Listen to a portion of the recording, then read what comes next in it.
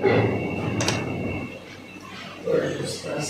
bismillahirrahmanirrahim. Assalamualaikum warahmatullahi wabarakatuh. Thank you for grateful for your coming in this day, one moment for me. This very special for us. Ya, ini adalah sebuah hal yang sulit. Kalau orang dulu mengatakan bahwa ada dua yang ditakutkan ketika berbicara di depan orang, yaitu di depan orang tua dan mertua. Kalau ini saya tambahkan ada 3, berbicara di depan orang pintar. Jadi rata-rata yang hadir di sini itu adalah rata-rata S1, S2 dan beberapa S3. Ya, pertama-tama saya mengucapkan terima kasih kepada panitia mushola ini dan lembaga LPKI yang telah memberikan kesempatan kepada kita ibu-ibu yang di UMS. Sebenarnya ini lama dirindukan, tetapi mungkin baru terpikirkan di akhir tahun ini bahwa Desember ini ibu-ibu yang ada di UMS, saya mohon juga, jadi bukan juga nanti sekedar dosen, staf juga diberikan kesempatan untuk kultum seperti ini.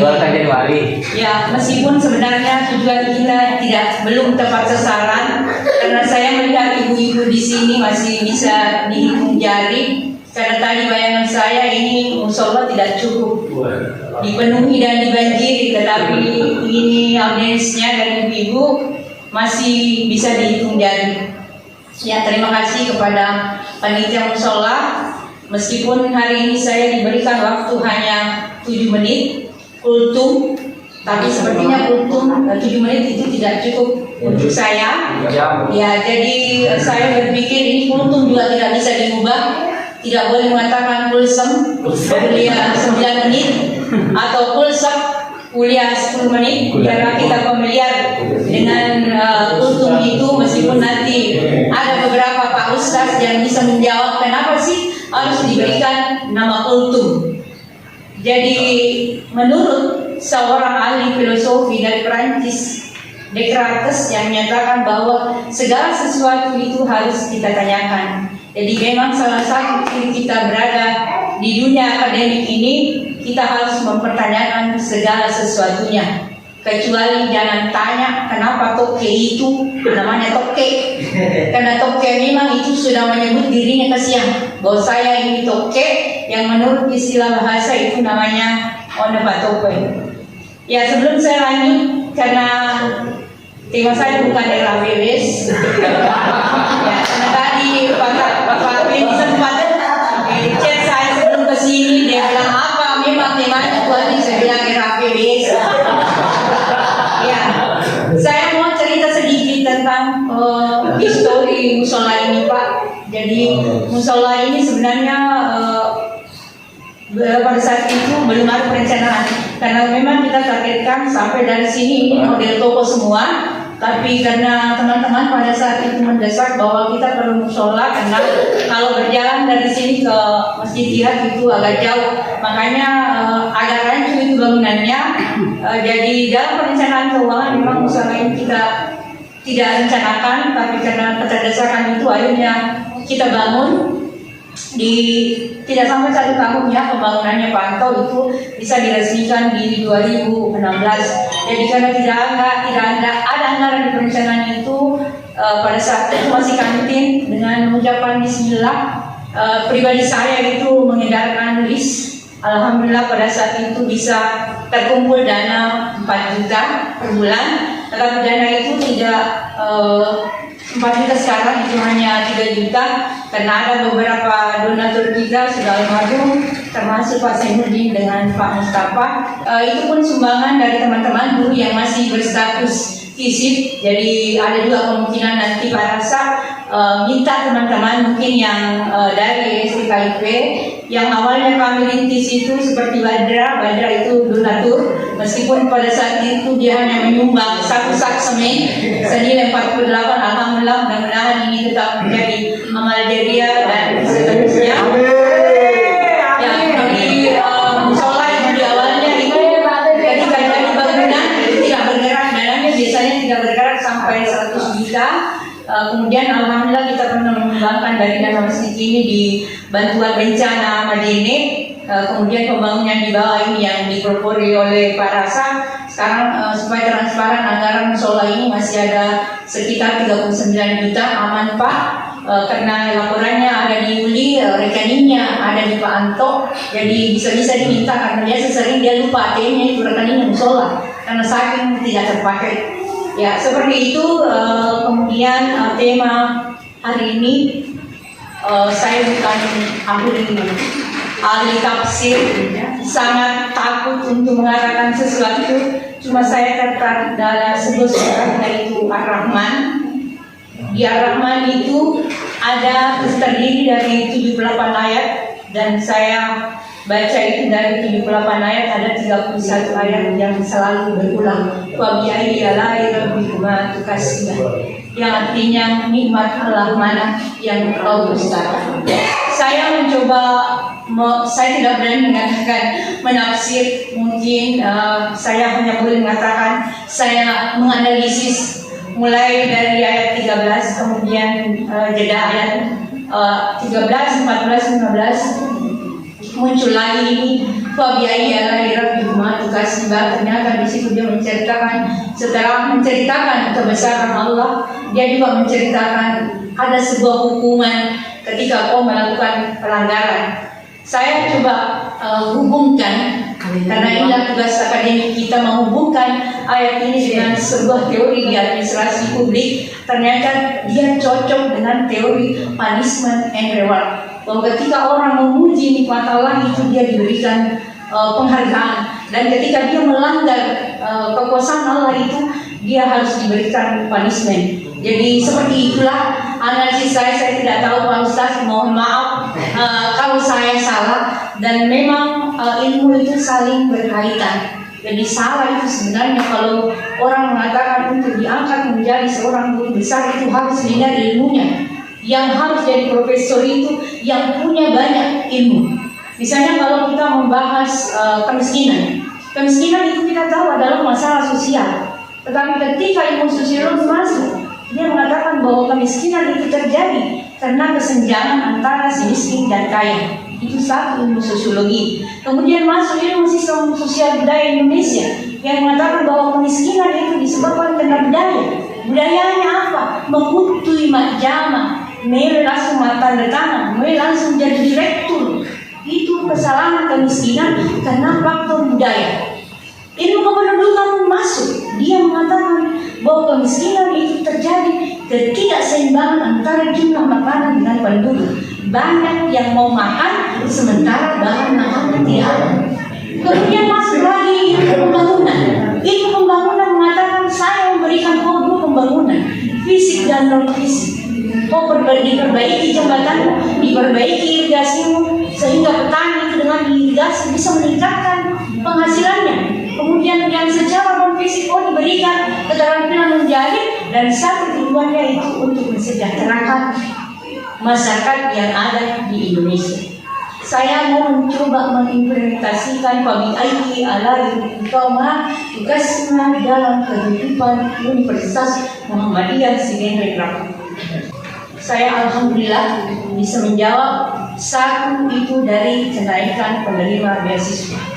Mahasiswa yang kita kelola sekarang itu untuk 3 tahun kemarin itu ada sekitar 832.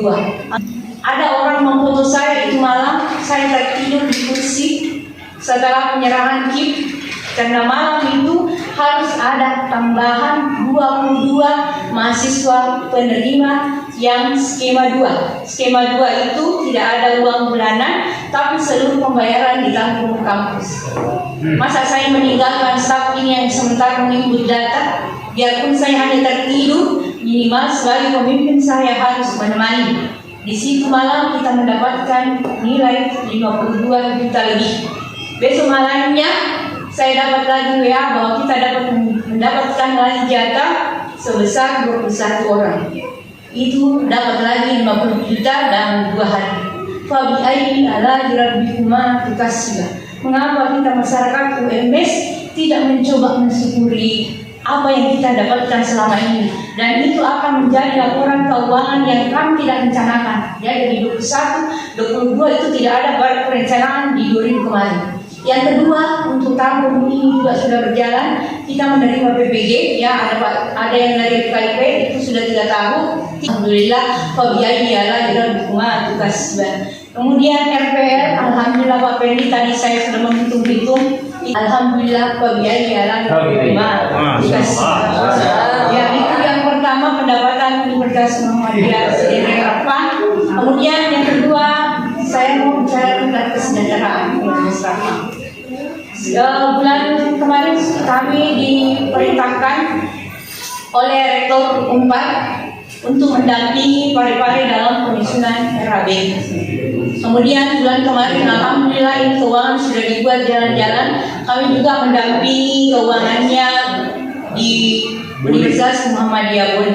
Meskipun ini keuangan adalah rahasia punya orang, ada satu yang saya bisa tangkap sehingga seluruh UMS Harapan harus mengucapkan Fabiai ialah di rumah atas. Saya merinding.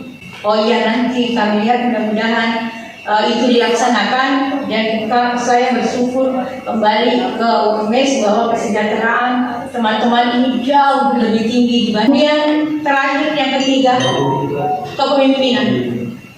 Ya, kita harus bersyukur punya sosok pemimpin seperti Prof. Jamal. Bagi saya, hanya membandingkan mungkin dengan pemimpin lain sebelumnya di STISIP, karena saya juga tidak terlalu merasakan pemimpin yang ada di STKIP Muhammadiyah Harapan. Jadi saya cerita sedikit kepemimpinan beliau di 2011 itu ketika ada pemilihan ketua STISIP, beliau tidak terpilih. Mungkin karena rasa kecewanya beliau, dia melanjutkan pendidikan S3. Pada saat itu pemilihan, dia mengundurkan diri menjadi ketua, tetapi saya pada saat itu masih memilih beliau karena memang di saat itu keyakinan saya ini akan perguruan tingginya akan berkembang di tangan beliau. Kemudian 4 tahun berlalu, selesailah dia doktornya kembali dan beliau bisa terpilih sampai sekarang. Itulah keyakinan saya kenapa saya begitu menganggap dia adalah sosok kepemimpinan yang memang harus ditauladani. Jadi kita yang ada di UMS Harapan ini harus mensyukuri ada sosok pemimpin yang seperti beliau. Fabiai ialah kasih. Tidak ada rektor itu kalau mengadakan perjalanan itu dia dihitung itu berapa dia yang pakai uangnya itu baru bayar. Nah, ada orang uang makannya Rp1, tidak ada.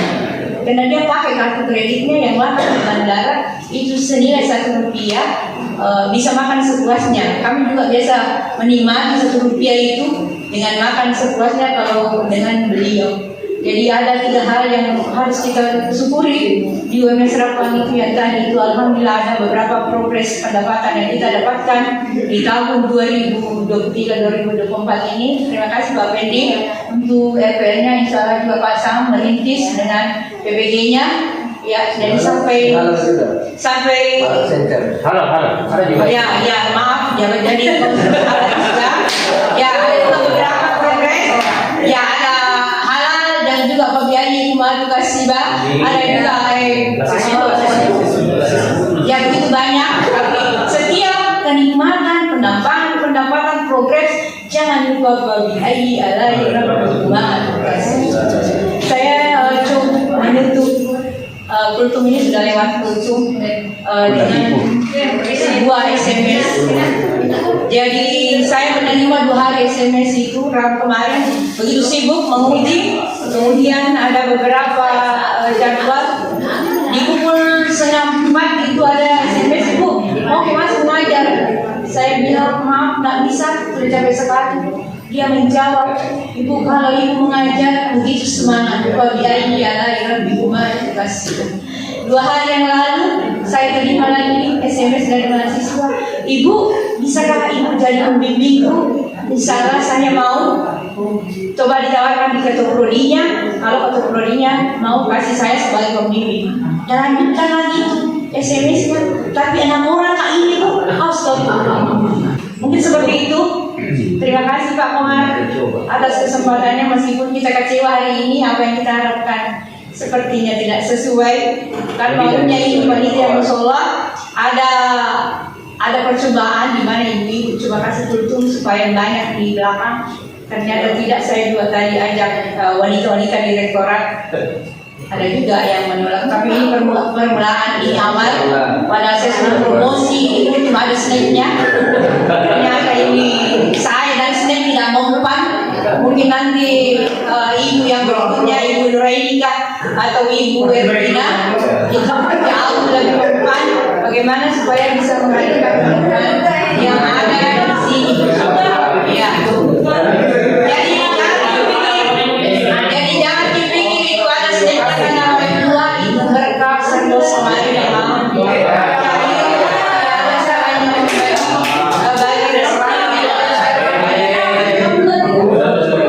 Ya, terima kasih. Assalamualaikum warahmatullahi wabarakatuh.